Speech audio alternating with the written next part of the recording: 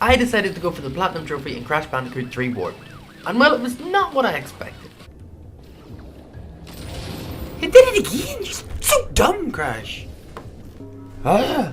Unlike in other Crash games, the steps to get this Platinum Trophy were a little bit different. Let me run you through them. Step 1, as always, complete the story. Step 2, collect the coloured gems. Step 3 is surprisingly collect all relics. I'll explain a little later in the video why we're doing relics so early. Step 4, miscellaneous trophies. Step 5, gather up all the final gems. Step 6, finish Cortex and Uka Uka off. So let's jump right into the story, and as always, I'm going to give you the Gug special and explain what happens in the story of Crash 3. Just for those who don't know. So following the ending of Crash 2, when Nitrous, Brio, Crash and Coco took down the Cortex Vortex, Crash 3 opens up with the Cortex Vortex crashing into an ancient temple where the great evil Uka Uka was trapped. This crash released Uka Uka and he was now free to set his evil reign over Insanity Island. Aku Aku, Uka Uka's twin brother, realised that he had escaped and had to warn Crash and Coco. Uka Uka was willing to give Cortex one more chance after failing him twice, losing all the gems and crystals in the process. Uka Uka was planning on using a time machine to go back in time to get all the crystals and gems. It was up to Crash and Coco to stop them and get the crystals and gems before they do. So the main story is made up of 25 levels with 25 crystals to obtain. Also there are 5 boss fights, one at the end of each warp route. So the achievements we got for beating the story were Tiny Trounced for defeating Tiny Tiger, Penta's Revenge for defeating Dingo Dial, and Nefarious Trophy for defeating Entropy, Mech Wrecked again for defeating Engine, Cortex Incarcerated for defeating Dr. Neo Cortex. So it was now time to move on to step 2, and this is where things start to get a little different from previous Crash games. So as always with the coloured gems, we set out wondering which challenges awaited us in Crash 3. Surprisingly in Crash 3, all the coloured gems were secret routes. We had the red gem, which was in level Deep Trouble. In this one we had to get to the end of the level to hit the activate crate, then we had to go back and find the secret path and complete it to get the red gem. Tomb Water. This was simply just for completing the death route within the level. We get to the death route by simply not dying up until the pad. Flaming Passion, again this was another death route, simple again, just don't die up until the death pad, and we got it. The purple gem was the level High Time, again this was another death route, pretty straightforward, get there without dying, and we're good. So, we then got to the yellow gem, in Hang 'em High. And this is where things got interesting. After scouring this level for ages, I could not find the yellow gem. I couldn't find any death pads, secret routes, nothing. So I did what any hard-working, committed gamer would do, and found it all on my own accord.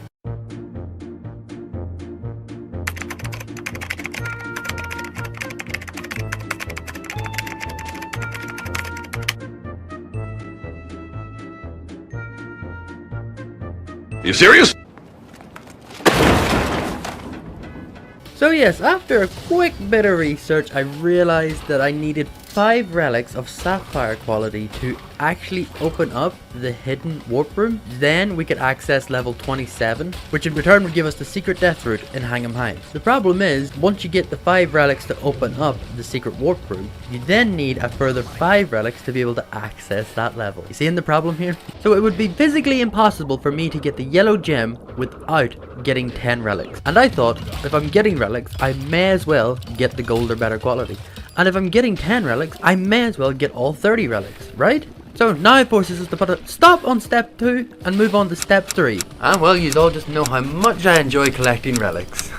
Alright, so our first goal was to get past the first 10 relics so I could go back and get our yellow gem. I can't deny it, the levels in Crash 3 were not as difficult in previous Crash games. We more or less got all the relics within just a few tries. The first 5 relics went very quickly and we got the achievement Buckle Up Boys, Buckle Up. Moving on to levels 6 through 10 now, and again this wasn't too bad. I found Hog Ride to be a bit annoying as the other bikers just kept blocking my path, slowing me down, meaning I'd have to keep restarting the level. There was very minimal room for error on this one, but 5 or 10 minutes later we had it. The last level we had to get done before unlocking the yellow gem was Midnight Run, and when I tell you these levels suck, it's because they do.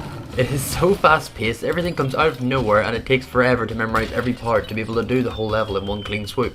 Anyways, with a lot of patience I finally got this one down, giving us our 10th relic, unlocking the achievement Is There a Problem Graph. This meant that we had unlocked the secret warp room and had enough relics to unlock level 27, which was the secret route in the level Hang 'em High. So I went back and took the route, getting the yellow gem finally. So now finally that I got all the coloured gems, I could go back and smash out the remaining 20 relics. Honestly, I could lie and say this was a grueling grind that took me days on end, but it wasn't. I'm not going to say that I did it every level first time, but usually by the 3rd or 4th attempt we had it down. Now there is the exception of some some levels like Tomb Water with the annoying rising water that you had to wait on sometimes. There was also in my final relic, Rings of Power, when the stupid plane would oversteer and you'll miss the entire hoop, forcing you to restart the whole level.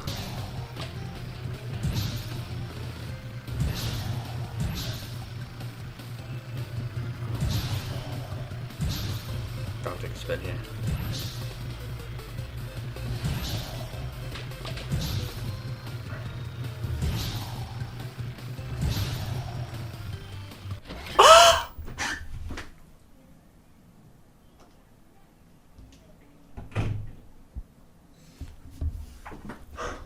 What do you mean I flew over the finish? What do you mean I flew over the finish?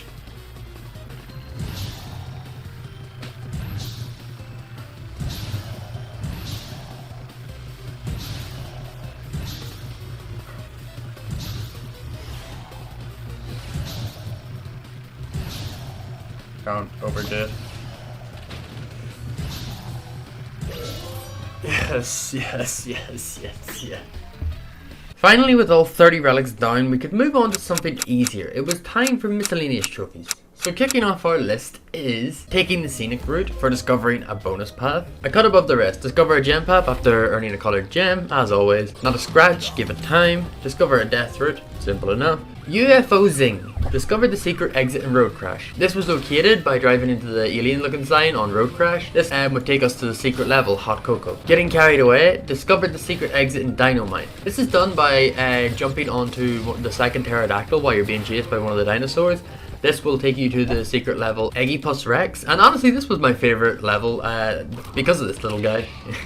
This level was really fun, I enjoyed it. Giving 102%, earn the gems in the bonus levels. Like you just seen, the 2 bonus levels that we unlocked through the secret exits, you just had to collect the gems in them by getting all the boxes. The Riddle of the Sphinx, you get this for shooting the Cortex head with the bazooka at the start of Tomb Time. Accept no substitutes. This actually can't be done until we get 100% in the game, so we'll have to go back to the achievement at the very end. Warts and all, simply die to one of the wizard's magic spells in one of the earlier levels. Keeping Crash under wraps, this is just simply from dying in one of the tomb levels to one of the mummies. Category 5, defeat 5 enemies with Coco's Savage Hurricane Spin. Trigger looking good, shoot 5 of them in a single level. All we had to do to get this one, and on the very first level, shoot the chicken at the start and pretty much just rinse and repeat 5 times. Your moment of zen. For this, all we had to do was avoid the rocks this monkey in the jars is throwing at us for 1 minute. After he stops throwing them, we just break the jars. A Stitch in Time saves 99. Earn 99 lives. Another earn 99 lives trophy. For this one we went to the level Sphinxinator, and at the start of the level we took the left route. All you had to do was follow that route to the very end, and there would be 4 lives waiting at the end for us. We just collected the lives, backed out, reloaded the game, and did this on repeat. It took about 20 minutes to do. It was definitely one of the longest 99 lives achievements I had to get. So just like that, now all we had to do was get the rest of the gems, defeat Cortex and Uka Uka one last time, and get the last miscellaneous trophy, and we would be done Crash 3. As far as the gems go, they really weren't hard. They all were just from collecting all boxes. Nothing hard about this at all. Yes, it's a little time consuming, takes a couple of hours to gather them all up, but like always we stuck with it, and before we knew it we had both achievements. Leave no gems unturned and bringing down the house. So finally, with everything collected, it was time to finish the job and defeat Cortex and Uka Uka one last time. Honestly, I thought it would have changed a little bit, maybe a little bit harder or something, but in fact it was just the same boss fight with a different ending. After defeating Uka Uka, he becomes a prisoner of time once again, hopefully never to be free again. Now that we had finally got 100% in Crash 3, it was now possible for us to get the last achievement, Accept No Substitutes, which is unlocked for shooting an imposter crash with your bazooka. But the imposter crash only appears after the game has been fully completed. We just loaded up the very first level, Toad Village, and about halfway up, standing outside a house you will find the crash imposter. We just shot him real quick, giving us our final achievement and unlocking the platinum trophy. Hi boy. Hello you.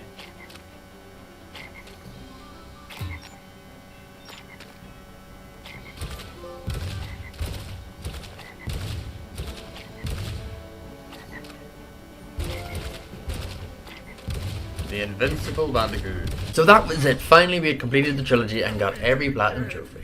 Crash 3 only took about 10 hours to complete. I mean, the fastest time yet out of the Crash trilogy. 3 I would say is the easiest. 2 is in the middle, and then 1 being the hardest. I just think the relics on 1 and the levels just a little bit more difficult. But yeah, I've enjoyed making these videos. If you've also enjoyed, be sure to like, helps out the channel a lot. And sub if you do like the content. And who knows, we might not be done with Crash Bandicoot just yet. But yeah, with all that said and done, I will see you guys in the next one.